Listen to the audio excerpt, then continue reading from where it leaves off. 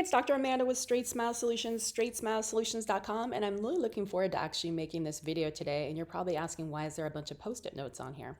So actually I was listening, I get inspired a lot of times. I go out on these long walks, the beach, the forest, and I listen to podcasts, a lot of different podcasts, not all orthodontic podcasts, not all dental podcasts, business management podcasts, all kind of stuff, travel podcasts, but I get so many ideas on these podcasts, and then, I make content. So anyways, what they were talking about is Orthodontic Pearls podcast, one of the most recent episodes. They were talking about how the practice of orthodontics has changed. And of course, I recognize that. I recognized that a long time ago. But they were talking about in terms of your staff, which is totally true. And that is part of the reason why I'm stalling and maybe not going back into full-time private practice. But if I do, there's a certain way I want to do it. And anyways, so they were talking about before, an orthodontist had set staff. They got them when they were young. They stay with them for a lifetime. Very loyal. They pay them well. They take care of them. They take them on trips. They're part of the family, right? Completely has changed. For what they get paid and how hard they work, anyone that is good enough to be an awesome orthodontic assistant, I'm going to pump you guys up because I've worked with some awesome ones, they could do all the treatment themselves. They know their stuff. After you see so much of it, especially if you're smart and you ask questions, you know how to do this. So, they're super personable, super friendly, super smart, the really good ones. They realize nowadays there's a lot more opportunities for them, whether they go into sales, whether they go into marketing, whether they become an influencer, whatever. Just this $25, $30, $35 they're getting in the ortho office is not worth it. So they're jumping ship, and very well they should. Because I feel like they're undervalued, and it's hard for us to pay them what they think they deserve. And some of you will pay what they deserve, because in order to do that, we'd have to raise our prices significantly. And ortho prices have actually fallen down relative to inflation. Like I've told you guys, what I charged 20 something years ago for Invisalign was $7,500. Well, what do we charge now in our office? Almost $1,500 less 20 years later. And it's a way better product. So, same thing with braces. The prices have really not gone up. It's the same or less. And with inflation, it's way less. So, and all the other costs are way more expensive than they used to be. Even the salaries are more expensive. If you have to pay an ortho RDA, if you're in one of those states where you have to be an ortho RDA, it's tough because there's no banding or brackets that can be put on by a regular RDA. You have to be an ortho RDA. Well, they're going to start at $45 to $55 an hour. So you better be doing some volume in order to and a lot of patients don't want to come into a factory, but the only way that you can have that kind of lower prices and be able to have the good staff like that is to have a factory. So tough, right? Anyways, so I was getting at staff is no longer sticky. So they were saying you really have to change your procedures so that they're really not staff dependent. Because yes, can I personally install a Herbst or a Forceps or a Jasper jumper? Yes, I can. Do I want to spend 45 minutes fiddling with something I don't do very often? No, I do not. I'm going to look like a fool.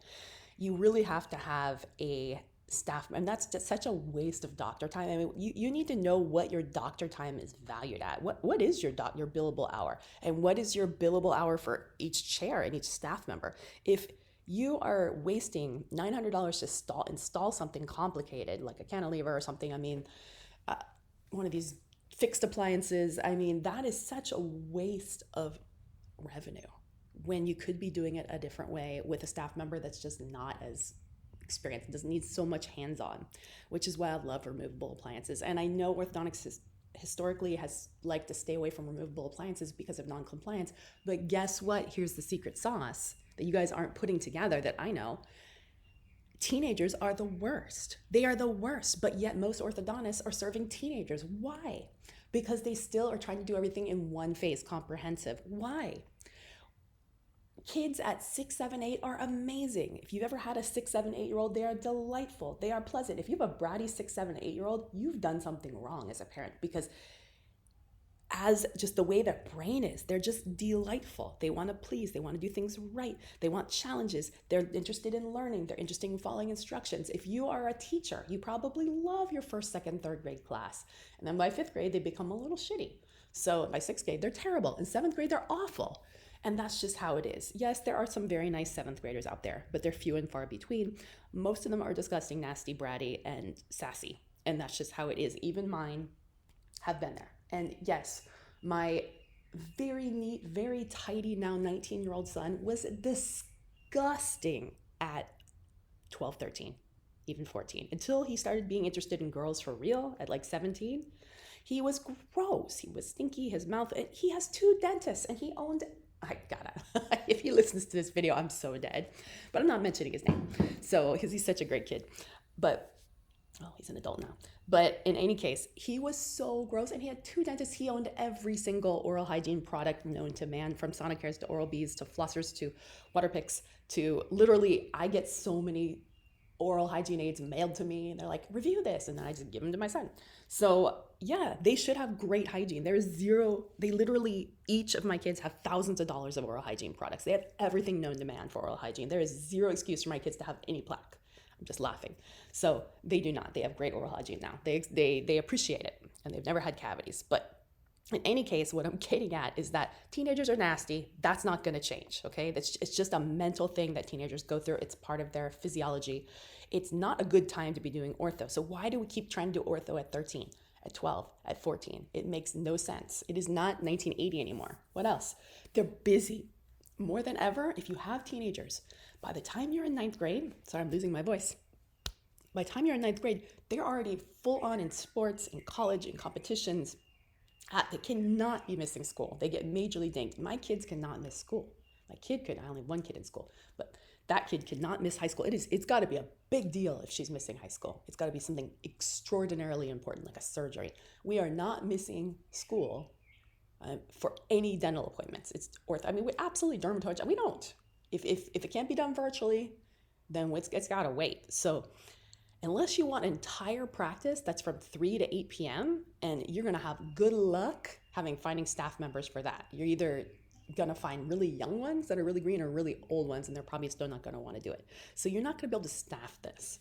So that's why I'm like, get rid of these clunky, junky, compliance-based, non-compliance-based mechanics, like herps and stuff like that, and carriers and all that, that can break and cause discomfort. And when emergencies happen, they're real emergencies, and stick with appliances and things that are easy to use and you just pop them in your mouth, And if you switch it and do most of the hard movements in phase 1 when they're compliant and they want to be there and they think it's fun, then you get all the hard stuff out of the way. Then when they come back, if they need finishing at 12, 13, 14, it's just easy breezy, maybe some express aligners, some white label aligners, something finishing.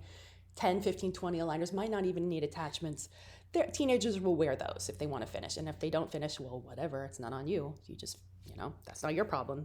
So you just make sure you have the right paperwork. So anyways, that's what I'm getting at. And this is how these orthodontists, they finally got this.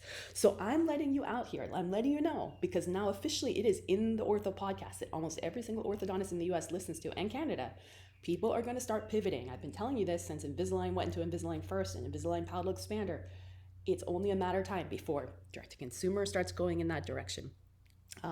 People are getting more into myo and habits earlier. Yeah, because if we get rid of the myo and the habits and we get people growing the right way, guess what? Ortho is easier. Now, the orthodontists full on know that these phase 2 cases are going to be done. They're going to be so easy. They probably will not come back to the orthodontists if they get the phase 1 done, unless they are bundling it, which is what they're starting to do. They're going to start bundling it into one lower price fee, so they have to come back. So you guys don't get those phase 2s. Smart.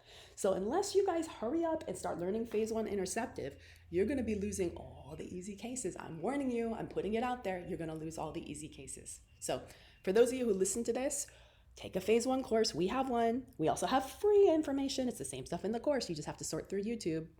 Start scanning patients, start working. I mean, I do really think you have to have an iTero if you're going to do the little kids. It's just, there's no way to do this very easily without using Invisalign products. It's going to be a lot harder. But I mean, if you don't have a scanner, then that would be my suggestion. But I don't work for Align Technology. I never have, never will. Not even friends with them. Don't even care. So if you really want to do it with your trios, we can make it happen. All right. Give me a buzz.